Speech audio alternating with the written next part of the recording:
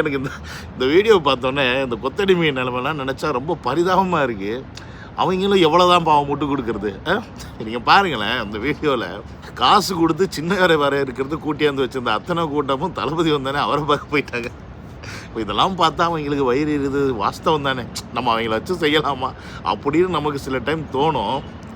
ஏன்னா நீங்கள் சொல்கிற மாதிரி ரசிகர் கூட்டம் அவரை பார்த்தோன்னே போகிறீங்க, ஓகே. ஆனால் இவங்களும் போகிறது தான் அவங்களுக்கு இப்போ செம்ம காண்டாகுது. என்னடா பண்ணுறது, நேற்று கட்சி ஆரம்பித்து இன்னும் பெருசாக ஒன்றும் மக்களை கூட போய் சந்திக்கிற, அதுக்குள்ளே இப்படி பைத்தியக்காரத்தனமாக அப்படி பின்னாடி போகிறாங்களே இந்த பையன் பின்னாடி அப்படின்ற அந்த வயிற்றுச்சல் இருக்க தான் செய்யும். ஏன்னா கொஞ்சம் நஞ்சல் இல்லை, 70-75 வருஷமாக ஆண்டுட்டாங்க. இலவசன்ற பேரில் என்னென்னத்தையோ கொடுத்து ஒப்பேற்றினாங்க. இளைஞர்களை மதுக்கு அடிமையாக்குனாங்க. பெண்களுக்கு 1000 ரூபா ஊக்கத்தொகை, அந்த ஊக்கத்தொகை, இந்த பஸ்ஸுக்கு ஃப்ரீயாக தரேன்னு சொல்லி அதுங்களையும் சோம்பேறி ஆக்குனாங்க. 100 நாள் வேலை திட்டம்னு சொல்லி ஒட்டுமொத்த கிராம மக்களையும் சோம்பேறி ஆக்கினாங்க. ஸோ இப்படி தமிழர்களை வேலை பார்க்க விடாமல் வேலைக்கு சோம்பேறித்தனமாக்கி வட இந்தியாவிலேருந்து ஆட்களை கொண்டு வந்து அவங்கள வேலைக்கு வைக்கிற நிலைமையெல்லாம் உருவாக்கி என்னென்னமோ பண்ணி பார்த்தோம். இன்றைக்கி பேஞ்ச முளையில் முளைச்ச காலான்னு சொல்கிற மாதிரி நேற்று கட்சி ஆரம்பிச்சுட்டு இன்றைக்கி இப்படி கதற விட்றாப்புலையே. உண்மையாலுமே இவங்க நிலைமை நினச்சா நம்ம கொஞ்சம் இறக்கமாக தான் இருக்குது. ஆனால் அதுக்காகலாம் விட முடியாது. ஏன்னா இவங்க பேசுகிற பேச்சு அப்படி, அதுக்காக வச்சு செய்யணும்ல. ஸோ அதை தான் நம்ம எப்பயுமே செய்ய போகிறோம். அதில் இந்த 2 இத்து போன ஈத்தனைங்களை நமக்கு செய்கிறதுனா அவ்வளோ ஒரு ஆனந்தம் இருக்கும். வாங்க முடிஞ்ச அளவுக்கு செய்வோம். என்னோடய சேனல் நீங்கள் யாராவது ஃபஸ்ட் டைம் வரீங்க அப்படின்னா சப்ஸ்கிரைப் பண்ணிவிட்டு பெல் பட்டனை ப்ரெஸ் பண்ணிவிட்டு ஷேர் பண்ணுங்கள். முக்கியமாக நீங்கள் கொடுக்குற சப்போர்ட்டும் நீங்கள் பண்ணக்கூடிய ஷேரும் என்னுடைய சேனலின் ரீச்சும் தான் தளபதியோட தொண்டர்களுக்கு நான் சொல்லக்கூடிய அறிவுரைகளும் மக்களுக்கும் போய் சேருன்றதை புரிஞ்சுக்குங்க.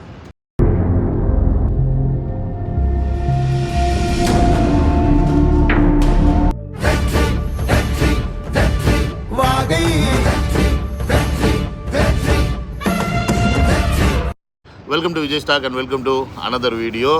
ஸோ நம்ம உள்ளே போய் பார்க்குறதுக்கு முன்னாடி இந்த ஈத்தரைங்க என்னெல்லாம் பேசுது அப்படின்றத பார்க்கணும்ல. வாங்க போவோம்.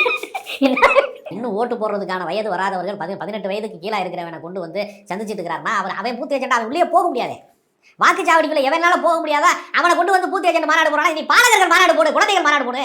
இல்லையே நாங்கள் ஆதவர்ஜனை எல்லாருக்கும் ஸ்கேன் பண்ணி தான் அனுப்புகிறோன்னு சொல்கிறாரு. என்னது ஓட்டு போடுற வயசு இல்லை, பூத் கமிட்டிக்குள்ளே நுழைய முடியாது, இவங்கள கூட்டியாந்து வச்சு நீ கமிட்டி போட்டு என்ன பண்ண போகிறேன்னு கேட்குறீங்கள. நான் என்ன கேட்குறேன், அவங்கள கூட்டியாந்து வச்சு கமிட்டி போடுற அவங்கள பற்றி பேசுகிற அளவுக்கு நீங்கள் இருக்கீங்கன்னா அப்போ நீங்கள் எவ்வளோ பெரிய தத்தியாக இருப்பீங்க, உங்கள் அப்பா உங்களை எவ்வளோ பெரிய தத்தியாக வளர்த்துருப்பாருனா. ஏடா கூமுட்டிங்களா? ஓட்டு போடுற வயசு இருக்குது இல்லை, உங்களுக்கு என்ன அதை பற்றி கவலை? பூத் கமிட்டி மாநாடு 18 வயசுக்கு மேலே நிரம்பினவங்களுக்கு ஸ்கேன் பண்ணி உள்ளே விட்டுருக்காங்க. ஒரு விவரமாக கேள்வி கேட்குறாங்க. யார்? அந்த கண்ணாடி பட்ட கம்முனாட்டி. அவங்க ஸ்கேன் பண்ணி தானே உள்ளே அனுப்புகிறாங்க. அப்புறம் எப்படி ஸ்கேன் பண்ணி அனுப்புகிற கூட்டம் ஒரு 7000 பேர் தான்டா. அவ்வளோ பேர் தான் ஃபஸ்ட்டு டே பூத் கமிட்டி கூப்பிட்ருக்காங்க. ஆனால் அங்கே மீதி ஒரு 10,000 பேர் அவரை பார்க்கறதுக்குனே கூஞ்சிருக்காங்க. அதில் நீ சொல்கிற அந்த விடலை பயல்கள் 18 வயசு கீழே இருக்கிறவங்க, என் குழந்தைங்க கூட இருந்துச்சு, பொம்பளை பிள்ளைங்க இருந்தாங்க, எல்லோரும் தான் இருந்தாங்க. இப்போ என்ன பண்ண போகிறீங்க நீங்கள்? சரி, அவரோட கட்சி அவர் பூத் கமிட்டி போடுறாரு, அவர் அறிவே இல்லாமல் போட்டால் உங்களுக்கு தாண்டா நல்லது, உங்களுக்கு தாண்டா வெற்றி வாய்ப்பு. அது ஏன்டா புரியாமல் கூமுட்டிங்களா?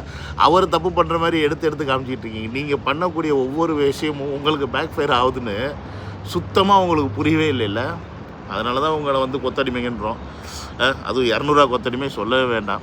ஏன்னா உங்களுக்கு தானாக சேர்கிற கூட்டத்துக்கும் சேர்க்குற கூட்டத்துக்கும் வித்தியாசம் தெரியாதுல்ல. ஏன்னா நீங்கள் சேர்க்குற கூட்டம்லாம் இப்படி தான் இருக்கும்.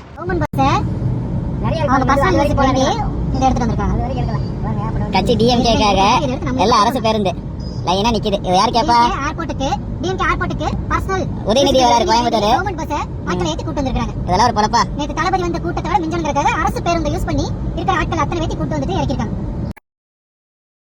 உதயநிதி ஸ்டாலின் அவர்கள் பல்வேறு நிகழ்ச்சிகளில் கலந்து கொள்வதற்காக தற்பொழுது கோவை விமான நிலையம் வந்தடைந்திருக்கிறார். அவருக்கு திமுகவின் கட்சி நிர்வாகிகள், தொண்டர்கள் என வரவேற்பு அளித்து வருகின்றனர். அதனுடைய காட்சிகளை தான் நாம் தற்பொழுது பார்த்துக் கொண்டிருக்கிறோம். கோவையில் இன்று நடைபெறக்கூடிய பல்வேறு நிகழ்ச்சிகளில் பார்த்தீங்களா நண்பா நம்பிஸ், கவர்மெண்ட் பஸ்ஸு, காலேஜ் பஸ்ஸு ஒன்றை விடாமல் 200 ரூபா தலைக்கு கொடுத்து கூட்டிகிட்டு வந்தோம்.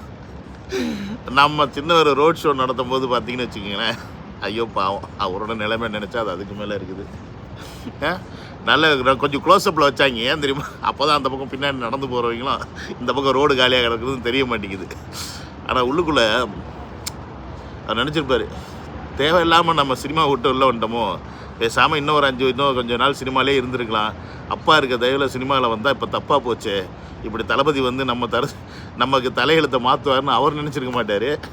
ஆனால் தளபதி வருகை திருட்டு முன்னேற்ற கழகத்தின் அழிவுக்கான ஒரு ஆரம்பம். மாநாடு போறாங்க, நீ பாலகர்கள் மாநாடு போடு, குழந்தைகள் மாநாடு போடு. இல்ல வயசுக்கு வந்துருவாங்கிற நம்பிக்கையில் அனுப்புறாங்க. அந்த காலத்துல குழந்தைகள் திருமணம் நடந்துச்சாங்க, அது எதுக்கு நடந்துச்சு? பின்னாடி வயசுக்கு வருவாங்க நம்ம நம்பி நடத்துனாங்க. அதுதான் இது நடந்துட்டு இருக்கு.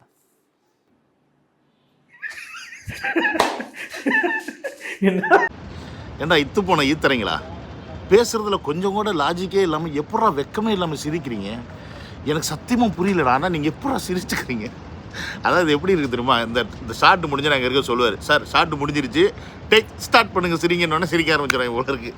இவங்களுக்கு நினைப்பு சிரிக்கிறனால வெறுப்பேற்றுன. டேய் சிரிக்கிறனா அசிங்கமாக இருக்குடா, எங்களுக்கு இல்லைடா, உங்கள் மூஞ்சியை பார்க்க முடியலடா. நம்ம சந்தானம் சொல்கிற மாதிரி அவ்வளோ கேவலமாக இருக்குடா, சிரிக்காதீங்கடா. ஏன்னா நீ என்ன சொல்ல பாலகர்கள் மாநாடு, நாங்கள் பாலகர்களுக்கும் மாநாடு போடுவோம், இளைஞர்களுக்கும் மாநாடு போடுவோம். உனக்கு என்ன பிரச்சனை? உனக்கு என்னடா பிரச்சனை? அப்புறம் என்ன சொல்கிற? வயசுக்கு வந்துருவாங்க, என்னது வயசுக்கு வந்துருவாங்கன்ற நம்பிக்கையில் ஸ்கேன் பண்ணி அனுப்புகிறோமா நாங்கள்? ஏன்டா சொல்ல மாட்டேன்? பாருங்கள் தமிழக மக்களே, உங்கள் இளைஞர்கள் எல்லாத்தையும், பிள்ளைகள் எல்லாத்தையும், நீங்கள் பெற்ற பிள்ளைங்கள் எல்லாத்தையும் இந்த திருட்டு முன்னேற்ற கழகம் எப்படி அசிங்கப்படுத்துகிறாங்க பாருங்கள். தமிழ்நாட்டில் பிறந்த பிள்ளைங்களாம் அவள் வயசுக்கு வராமல் தற்கொலையாகவே தெரியுறாங்கன்னு நினைக்கிறதா, இல்லை வயசுக்கு வராதுக்கு ஆண்மை இல்லை அப்படின்ற ஒரு கேட்டகரியில் வைக்கிறதா? டேய், வயசுக்கு வருவாங்கன்னு தெரிஞ்சு தானே நீங்கள் வீடு வீடாக போய் இத்தனை வருஷம் பிச்சை எடுத்தீங்க. எங்கள் கிட்ட காலில் வந்து விழுந்து நக்கி பொழைச்சிங்க இத்தனை வருஷமா. அப்போல்லாம் தெரியலையா நாங்கள் வயசுக்கு வந்தோமா வரலையான்னு? வேணும்னா ஒன்று பண்ணுங்கள், நாங்கள் வயசுக்கு வந்தோமா இல்லையான்னு உங்களுக்கு தெரியணும் அப்படின்னா அணில் குஞ்சுகள் எங்களை சொல்கிறீங்க. அதில் ரெண்டாவது இருக்குது பார்த்தீங்களா, அந்த குஞ்சுகள். அந்த குஞ்சுகள்கிட்ட இருந்து போனீங்க அப்படின்னா நாங்கள் வயசுக்கு வந்துட்டோமா இல்லையா அப்படின்றது உங்களுக்கு தெரியும். இதை நான் தாழ்மையாக உங்ககிட்ட கேட்டுக்கிறேன். ஸோ அதுக்கப்புறம் நீங்கள் முடிவு பண்ணுங்க, அந்த ஸ்கேன் பண்ணது பாலகர்களுக்கா இல்லை வயசுக்கு வந்த இளைஞர்களுக்கா அப்படின்றத முடிவு பண்ணுங்கடா. கொத்தடிமை பரதேசிங்களா? இல்லை, ஆதவர்ஜுனா ரொம்ப ஆழமாக நம்புறாரு. திமுக அதிமுகவுக்கு அடுத்து தமிழ்நாட்டில் மிகப்பெரிய அளவிற்கு பாகமுகவர்கள், வாக்குச்சாவடி முகவர்களை கொண்டிருக்கக்கூடிய ஒரு கட்சியா தாவேக்கா தான் இருக்கும். பார்த்தீங்க பரீட்சை ஹாலில் நல்லா எழுதுறவன் பேப்பரை நைஸா சூப்பர்வைசர் கண்டுக்காமல் ஒரு பேப்பர் அனுப்புவாங்க தெரியுமா? பின்னாடி இருக்கிற பெஞ்சு அனுப்புவாங்க தெரியுமா? அதை பார்த்து அப்படியே காப்பி அடிச்சு ஒருத்தர் எழுதி சில டைம் பாஸ் ஆகிருக்காங்க ஒருத்தர். பார்த்தீங்களா மக்களே, என்னைக்காவது ஒரு நல்ல விஷயத்தை பிள்ளைங்களுக்கு சொல்லி கொடுத்துருக்கீங்களா? ஒரு உதாரணத்துக்கு கூட பரீட்சை ஹாலில் எக்ஸாம் பேப்பரை பார்த்து எழுதுகிற பிள்ளைங்க அவங்களுக்கு வரும்ல, விட்டடிக்கிறது, கொள்ளையடிக்கிறது, அடுத்தவங்க குடியை கெடுக்கிறது, குடிக்கு அடிமையாக்குறது, போதைப் பொருளை விற்கிறது, இப்படி எல்லா தரங்கட்ட வேலையும் செய்கிற ஒரு திருட்டு முன்னேற்ற கழகம் தான் உங்களுடைய கழகம் அப்படின்றது இப்போ தமிழக மக்களுக்கு ரொம்ப புரிய ஆரம்பிச்சிருச்சு. இன்னொன்று என்னென்னா, பாவம் நான் மக்களையும் குறை சொல்ல முடியாது, அவங்களுக்கும் வேறு ஆப்ஷனே இல்லாமல் இந்த முன்னேற்ற கழகம், இந்த திருட்டு முன்னேற்ற கழகமா இல்லை அனைத்தையும் திருடுற அந்த திருட்டு முன்னேற்ற கழகமா அப்படின்ற ரெண்டு ஆப்ஷன் தான் இருந்துச்சு. சரி, இந்த திருடனுக்கு பரவாயில்ல அந்த திருடன் பெற்று, அந்த திருடனுக்கு பரவாயில்ல இந்த திருடன் பெற்று அப்படின்னு சொல்லி மாற்றி போட்டுக்கிட்டு இருந்தாங்க. இன்றைக்கி ரெண்டு திருட்டு பரதேசிகளையும் அடிக்க ஒரு சுத்தமான கரைப்படியாத கை கொண்ட ஒரு தமிழன் வரும்போது இன்றைக்கி நீங்கள் எல்லாம் தண்ணி குடிக்கிறீங்கடி. அதுதான் உண்மை. அது என்னது, ஆதவர்ஜுனா 3வது இடத்துல இருக்குன்னு நம்புகிறாருன்னா உண்மைதான்டா. தற்கூறிகளா? உண்மைதான். பூத்து கமிட்டியில் தான் 3வது இடம் சொல்கிறாரு. ஏன்னா உங்களுக்கு ஆல்ரெடி இத்தனை 50 வருஷம் கட்டமைப்பில் இருக்கிறனால தமிழ்நாட்டில் இருக்கக்கூடிய பூத் கமிட்டியில் உங்கள் 2 கட்சிகளுக்கு மட்டும்தான் மிகப்பெரிய கட்டமைப்பு இருக்குதுன்னு நாங்கள் ஒத்துப்போம். நாங்கள் அதை ஒத்துக்காத அளவுக்கு உங்களை மாதிரி கொத்தடிமைகள் கிடையாது. இருக்கிறத இருக்குன்னு ஒத்துப்போம், இல்லாததை இல்லாததுன்னு சொல்லுவோம், தப்புனா தப்புன்னு சொல்லுவோம். நீங்கள் ஃப்ராடு பண்ணுறீங்க, ஊழல் பண்ணுறீங்கன்னா தட்டி கேட்போம், அதை மக்கள்கிட்ட கொண்டு போய் சேர்ப்போம். இதுதான் தமிழக வெற்றி கழகத்தின் தலையாய கடமை அப்படின்ற தருதலைங்க நீங்கள் புரிஞ்சுக்கணும். ஸோ நாங்கள் அந்த வகையில் இன்றைக்கி தமிழ்நாட்டுடைய 3வது இடத்தில் இருக்கக்கூடிய மிகப்பெரிய பூத் கமிட்டி மெம்பர்ஸை வச்சுருக்கக்கூடிய ஒரு கட்சி அப்படின்னா தமிழக வெற்றி கழகம் தான். ஏன்னு கேட்டிங்கன்னா, இன்னும் ஒரே ஒரு வருஷத்துக்கு முன்னாடி தான் கட்சி ஆரம்பித்து இன்றைக்கி ஒரு பூத் கமிட்டி அமைக்கக்கூடிய அளவுக்கு ஒரு இளைஞர் படை தமிழக வெற்றி கழகத்துக்கு இருக்குன்னா அது மிகப்பெரிய வெற்றிடா. முட்டா பயலுகளா, 12 மணிக்கு ஆரம்பிக்க 3 மணிக்கு ஆர வேண்டிய ப்ரோக்ராமு 5:30 மணிக்கு ஆரம்பிக்குது. ஏன் தெரியுமா? ஹோட்டலில் இருந்து தளபதி அந்த இடத்துக்கு வர்றதுக்கே 2.5 மணி நேரம் டிராஃபிக் ஜாம். அப்படியே மிதந்து வந்தார். என்னது மிதந்து வர்றார் அவர். ஸோ அதனால் 12 மணிலேருந்து இல்லை, காலையிலேருந்தே பிள்ளைங்கள்லாம் அந்த காலேஜில் வெயிட் பண்ணிக்கிட்டு இருந்து அந்த ப்ரோக்ராம் முடிகிறதுக்கு 7 மணி ஆற வரைக்கும் அங்கே இருந்து அந்த ப்ரோக்ராமை முடித்து போன ஒரு இளைஞர் கூட்டம். விச் மீன்ஸ் ஸ்ட்ராங்கான இளைஞர் கூட்டம். நீங்கள் சொல்கிற இந்த ரசிகர் கூட்டம்னு சொல்லிட்டு இருக்கீங்களா, இந்த ரசிகர் கூட்டம்லாம் இன்றைக்கி அரசியல் புரிதலோட பூத் கமிட்டினா என்ன, அதில் என்ன மாதிரியான தில்லாலங்கடி வேலையெல்லாம் நீங்கள் பண்ணுவீங்க திராவிட முன்னேற்ற கழகம் அப்படின்ற ஒவ்வொரு விஷயத்தையும் விளக்கமாக அங்கே புக்கோடையும் பென்ட்ரோயோடையும் எல்லார்ட்டையும் கொடுத்தமிச்சாச்சு. இனி அதை பார்க்குற பிள்ளைங்களுக்கு இந்த திருட்டு பரதேசிங்களாம் இதைத்தான் பண்ணாங்களா பூத் கமிட்டியில் உட்காந்துன்னு சொல்லிட்டு நம்ம பசங்க வந்து பூத் கமிட்டியில் உட்காரும் போது 2026 உங்கள் குறவலையெல்லாம் பிடிக்கிறதுல மாற்றுக்கிறதே கிடையாது. இனி ஒரு பையன் கள்ள ஓட்டு போட முடியாது. இனி ஒரு பையன் வந்து நேம் லிஸ்ட்லேருந்து பேரை தூக்கிட்டு ஆள் இல்லைன்னு சொல்லி ஃப்ராடுத்தனம் பண்ண முடியாது. இது எல்லாத்தையும் கண்காணித்து இதை எல்லாத்தையும் சரி பண்ணி அதை செய்கிறதுக்கு தான் பூத் கமிட்டி. அதை தான் வந்து இப்போ இளைஞர்கள் மத்தியில் தமிழக வெற்றிக்கழகம் செஞ்சுருக்கு. ஸோ இந்த நேரத்தில் நான் இன்னொன்று இளைஞர்கிட்ட சொல்லிக்கிறேன்.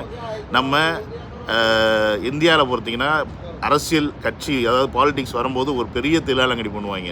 நீங்கள் ரெகுலராக ஒரு வார்டில் போய் ஓட்டு போட்டுக்கிட்டே இருப்பீங்க. ஆனால் என்ன பண்ணுவாங்கன்னா அந்த வார்டை வந்து மாற்றிடுவாங்க. திடீர்னு 6 மாதத்துக்கு முன்னாடி அனௌன்ஸ்மெண்ட் கொடுப்பாங்க. நீங்கள் ஒரு லிங்க் கொடுத்து இதில் போய் செக் பண்ணிக்கோங்க உங்கள் வார்டில் உங்கள் பேர் இருக்கா அப்படின்னு. அதை நீங்கள் முக்கியமாக செய்யணும். அதை செய்யாமல் விட்றாதீங்க. அநேகமாக இது எல்லாமே உங்களுக்கு அதில் கொடுத்துருப்பாங்க. ஸோ அதெல்லாம் நீங்கள் மக்கள்கிட்ட எடுத்து கொண்டு போய் சேருங்க. அப்போ தான் இந்த மாதிரி தருதலை தற்கூரிங்களுக்கு செருப்பை கழட்டி மக்கள் அடித்து அனுப்புவாங்க ஓட்டு கேட்டு போகும்போது. பேப்பர் பின்னாடி இருந்து அனுப்புவாங்க.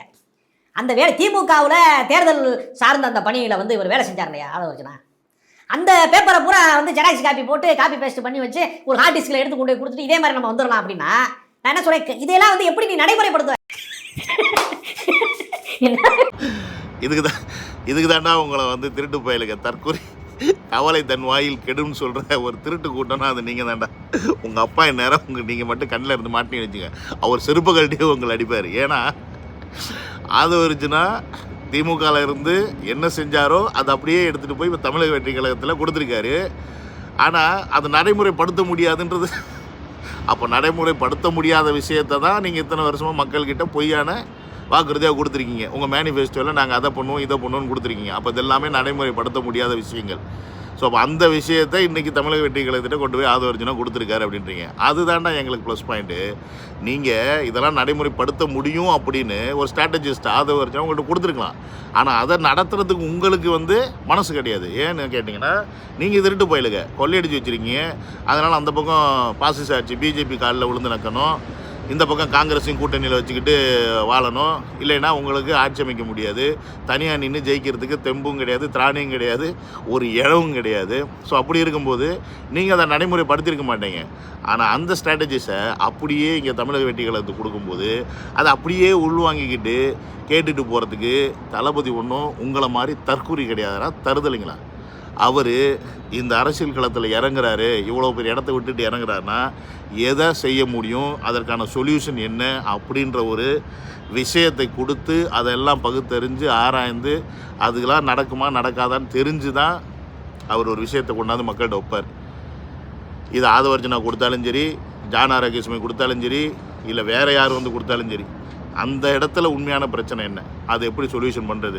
உதாரணத்துக்கு உங்களுக்கு புரிகிற மாதிரி சொல்லணும்னா, இப்போ முஸ்லீம் அவர்களுடைய வக்ஃப் போர்டு பிரச்சனை வந்துச்சு, போராட்டம்னு ஒன்று பண்ணாங்க. பட் போராட்டம் மூலியமாக அதுக்கு சொல்யூஷன் கிடச்சிருமா? காலையிலேருந்து நைட் வரைக்கும் போராட்டம் பண்ணால் போலீஸ் பிடிச்சிட்டு உள்ளே வைப்பீங்க, பசங்க மேலே கேஸ் போடுவீங்க, அவ்வளோதானே.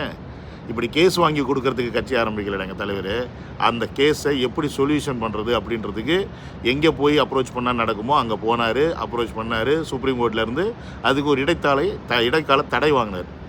இதுதான் ஒரு பொலிட்டீஷியன் செய்ய வேண்டிய, மக்களை காக்கக்கூடிய தலைவன் செய்ய வேண்டிய வேலை. ஆனால் நீங்கள் அதை செய்கிறீங்களான்னு கேட்டால் நீங்கள் அதை செய்ய மாட்டீங்க.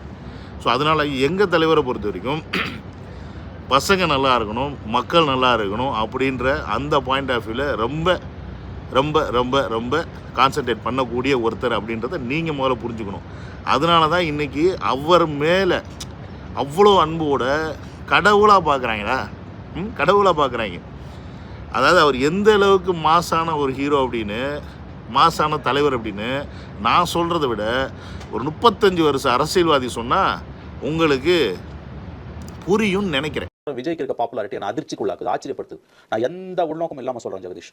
நான் ஒன்றும் விஜய் ஜெயிச்சிருவாருன்னு சொல்லலை, விஜய் ஜெயிச்சா தமிழ்நாடு நல்லா இருக்கும் அப்படிலாம் கூட நான் சொல்லலை. ஆனால் காய்தல் உரத்தில் இல்லாமல் பார்த்தீங்கன்னா இப்படி ஒரு ஆதரவு ஒரு புதுசாக கட்சி ஆரம்பிக்கக்கூடிய ஒரு நடிகருக்கு என் அனுபவத்தில் கிட்டத்தட்ட பத்திரிகையாளனாக ஒரு 35 ஆண்டுகள், அதற்கு முன்பு ஒரு 10 ஆண்டுகள் பார்த்தீங்கன்னா கூட ஒரு 45 ஆண்டுகளில் என்னுடைய அனுபவத்தில் ஒரு சினிமா நடிகருக்கு இந்த அளவு இருக்கக்கூடிய ஆதரவு எனக்கு ரொம்ப ஆச்சரியமாக இருக்குது. பட் இந்த ஆதரவு விஜயகாந்துக்கோ அல்லது இதற்கு முன்பு கமலஹாசனுக்கோ எந்த நடிகனுக்குமே இல்லாத ஒரு ஆதரவு விஜய்க்கு இருக்கிறது. ஹியூஜ் பாப்புலாரிட்டி இருக்குது. ஸோ நீங்கள் எப்படி பத்திரிகையாளர்ன்ற பேர்வையில் உட்காந்துக்கிட்டு திருட்டு முன்னேற்ற கழகத்துக்கு சப்போர்ட் பண்ணிட்டு திடீரீங்களோ, அப்படி சப்போர்ட் பண்ணக்கூடிய பத்திரிகையாளர் இவர் கிடையாது. இவர் ஒரு 35 வருஷமாக இருக்கிறார். இவர் இன்றைக்கும் பல பேட்டிகளில் சொல்லக்கூடிய விஷயம் என்னென்னா, விஜய் ஜெயிப்பாரா இல்லையா அப்படின்றத நம்ம வந்து சொல்ல முடியாது. ஏன்னா அவருக்கு வந்து டஃப்பான ஒரு விஷயம் இருக்குது. அதிமுக கூட சேராமல் போயிட்டது வந்து தப்பு அப்படின்ற பல இடத்துல பதிவு பண்ணாலும், மிரட்சி வரக்கூடிய மக்கள் கூட்டத்தை பார்த்து ஏற்படும் மிரட்சி இருக்கு பாரு, அது ஒவ்வொருத்தனையும் தண்ணி குடி வைக்குது. நீங்கள் தலைகீழ நின்னா கூட 2026 உங்கள் தலையெழுத்தை மாற்ற முடியாது அப்படின்றத இந்த வீடியோவில் ஸ்ட்ராங்காக சொல்லிக்கிறேன். ஏன்னு கேட்டிங்கன்னா, தருதலைங்க கொத்தடிமைகளாக போங்க, உங்களுக்கு 200 வெயிட்டிங்கு, அதை வாங்கிட்டு கொண்டு போய் அப்படியே ஒயின் ஷாப்பில் கொடுத்துட்டு குவார்ட்டர் வாங்கி குடிச்சுவிட்டு குப்புறப்படுத்து தூங்குங்க. மல்லாக்கப்படுத்திங்கன்னா அணில் குஞ்சுக்கு ஏதாவது ஏறி குஞ்சில் மிதிச்சுட்டு போயிடுவாங்க அப்படின்றத சொல்லி இந்த வீடியோவில் மிதிச்சுக்கிறேன். See you on another video. Love you all. Take care. Bye bye.